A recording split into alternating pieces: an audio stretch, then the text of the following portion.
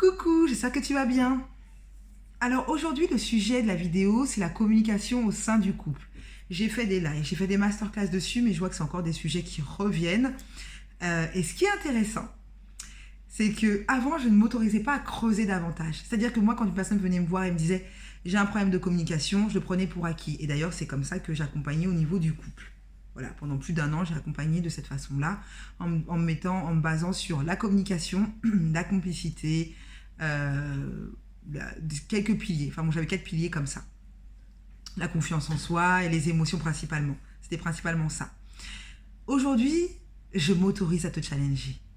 Et pourquoi? Parce que je sais que derrière, il y a autre chose en fait. Quand on vient me voir pour me parler de communication, ok, mais c'est quoi le véritable problème en fait? C'est quoi l'enjeu derrière? Parce que, ok, la communication, elle est bloquée, mais derrière, qu'est-ce qui se passe? Qu'est-ce que tu ressens? Et qu'est-ce qui fait que la communication elle soit bloquée? C'est quoi le réel problème, la cause profonde?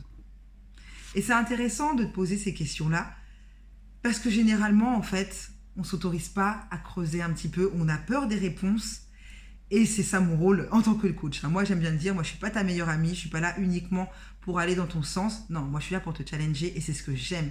Et ce que j'aime aussi, c'est arrêter un peu le consensus. En gros, se dire, ah oui, la communication, c'est essentiel dans le couple. Et c'est vrai, hein, je l'ai dit et je le redis, c'est essentiel d'avoir une communication fluide, d'avoir une complicité avec son partenaire. Mais qu'est-ce qui fait qu'aujourd'hui, la communication elle soit bloquée? Les reproches. Les reproches, le fait de te sentir peut-être un peu aigri. Mais qu'est-ce qui fait qu'aujourd'hui, tu te sens aigri, que tu aies ces reproches-là à lui faire, ou que lui ait ces reproches-là à te faire? Qu'est-ce qui se passe concrètement? Et je trouve ça intéressant de se poser la question, parce que quand je creuse, généralement c'est t'es trop dans le contrôle en fait comme femme. Moi je sais pas où est ma place. En fait, t'es toujours en train de me repousser quand je fais des avances au niveau de nos rapports intimes.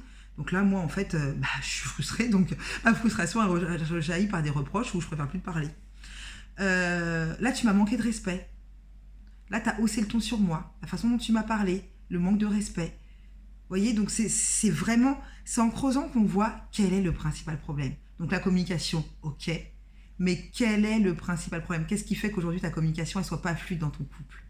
C'est la question que j'ai envie que tu te poses, et n'hésite pas à y répondre. N'hésite pas à y répondre en étant vraiment honnête envers toi-même, en arrêtant le consensus, en arrêtant les bullshit, comme j'aime le dire, et en te faisant challenger. Et si tu ne sais pas te poser les bonnes questions, le coach, il est là pour ça.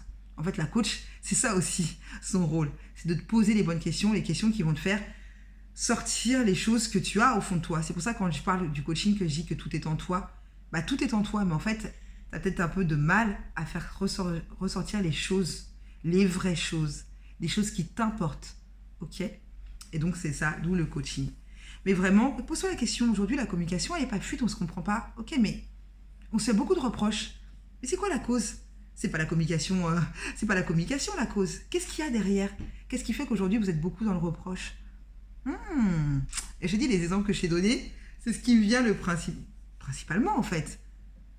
Et puis après, en creusant, on se rend compte qu'il n'y a plus de désir. Donc ça aussi, ça fera l'objet d'une autre vidéo. N'hésite pas à mettre en commentaire, toi, qu'est-ce que tu te dis par rapport à cette communication qui n'est pas fluide dans ton couple? Et selon toi, c'est dû à quoi? Allez, je te laisse, je te souhaite une agréable journée et prends soin de toi. Et à très vite.